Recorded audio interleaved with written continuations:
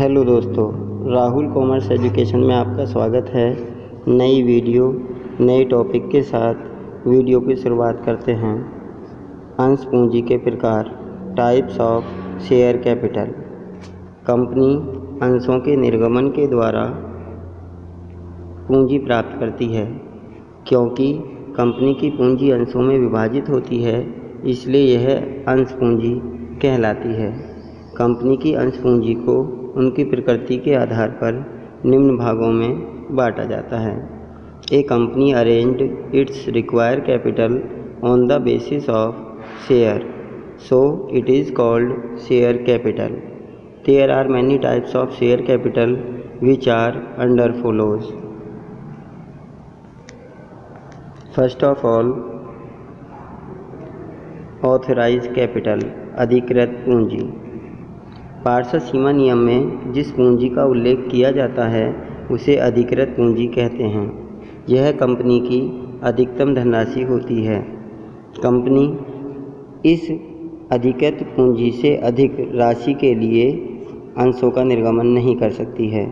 जो कंपनी निर्गमित कर सकती है इसे पंजीकृत पूंजी या नाम मात्र की पूंजी भी कहते हैं। such as a capital which is announced by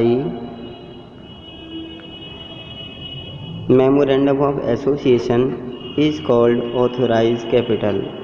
It is the highest limit of capital of a company. It is also called the registered capital or nominal capital. तो अधिकृत पूंजी वह पूंजी होती है जो कंपनी द्वारा निर्धारित की जाती है और उसका उल्लेख पार्षद सीमा नियम में किया जाता है। कोई भी कंपनी अपनी अधिकृत पूंजी से अधिक राशि के अंशों का निर्गमन नहीं कर सकती है। जैसा कि इसके नाम से ही पता चलता है, अधिकृत पूंजी से आशय उस पूंजी से है जिसे कंपनी को निर्गमित करने का अधिकार होता है। निर्गमित पूंजी, इशूड कैपिटल। अधिकृत पूंजी का वह भाग जिसके लिए जनता से आवेदन मांगे जाते हैं निर्गमित पूंजी कहलाती है। The part of authorised capital for which share is issued in the market called issued capital. प्रार्थित पूंजी, सब्सक्राइब कैपिटल। निर्गमित पूंजी का वह भाग जिसके लिए जनता से आवेदन प्राप्त किए जाते हैं प्रार्थित पूंजी कहलाती है। The part of issued capital which is adopt by the share holder is called subscribe capital. याचित, कॉल्ड अप। प्रार्थित पूंजी को दो रूपों में जाना जाता है। याचित, कॉल्ड अप कैपिटल। इसका आशय अंश के अंकित मूल्य के उस भाग से है जो संचालकों द्वारा अंशधारियों से मांगा जाता है।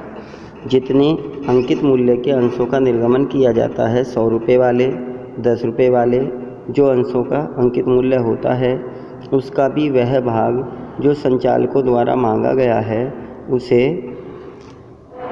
याचित पूंजी कहते हैं। इसे एक उदाहरण के द्वारा हमें समझना है।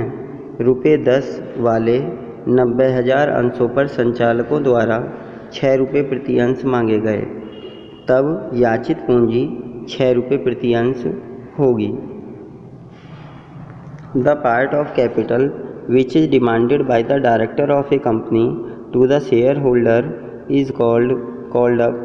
For example, directors of a company issued 90,000 share at the rate of 10. Directors demand ₹6, which is called up capital. Next, paid up capital. याचित पूंजी के उस भाग को दत्त पूंजी कहते हैं जो अंशधारियों से प्राप्त होती है। The part of capital called up which is received from the shareholder is called paid up. Paid up capital कौन सी है? पेड अप कैपिटल वह कैपिटल होती है जो अंशधारियों द्वारा भुगतान की जाती है, अर्थात कंपनी को या कंपनी के संचालकों को जो राशि अंशधारियों से प्राप्त होती है उसे पेड अप कैपिटल कहते हैं। इसे एक उदाहरण के द्वारा समझना है।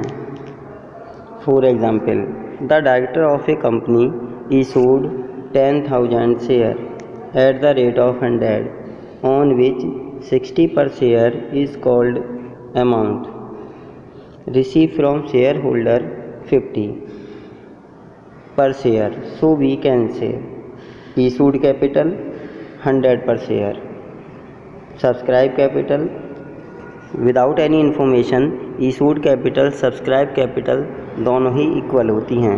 तो issued capital 100, subscribe capital भी 100। कॉल्ड अप कैपिटल, डायरेक्टर्स ने कितने रुपए की डिमांड की है? 60 रुपीज़, तो called up capital 60। Share holder ने कितनी अमाउंट दी है? 50 पर शेयर, तो पेड अप कैपिटल 50। इस एग्जाम्पल के थ्रू हमने चारों ही कैपिटलों के बारे में पढ़ा।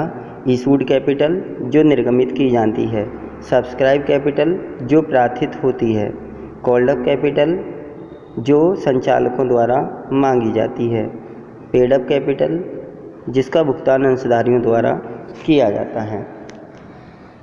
कंपनी संचालक ने 100 रुपये वाले 1000 अंश पत्रों का निर्गमन किया जिन पर 60 प्रति अंश मांगा गया, जबकि अंशधारी द्वारा 50 प्रति अंश का भुगतान किया गया।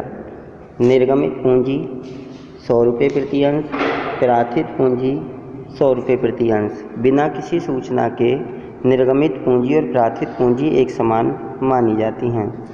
याचित पूंजी 60 रुपये प्रति अंश जो संचालकों द्वारा मांगी गई है। अंशधारियों द्वारा कितनी राशि का भुगतान किया गया है? 50, तो दत्त पूंजी 50 रुपये प्रति अंश मानी जाएगी।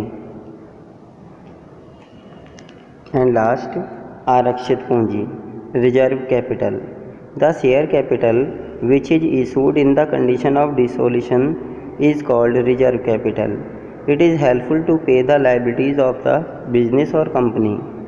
वह अंश पूंजी जिसका निर्गमन कंपनी के समापन की स्थिति में किया जाता है संचित पूंजी या आरक्षित पूंजी कहलाती है।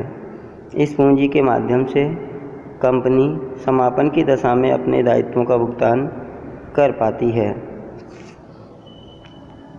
तो दोस्तों, आज की वीडियो में इतना ही। आज हमने अंश पूंजी के प्रकारों के बारे में पढ़ा।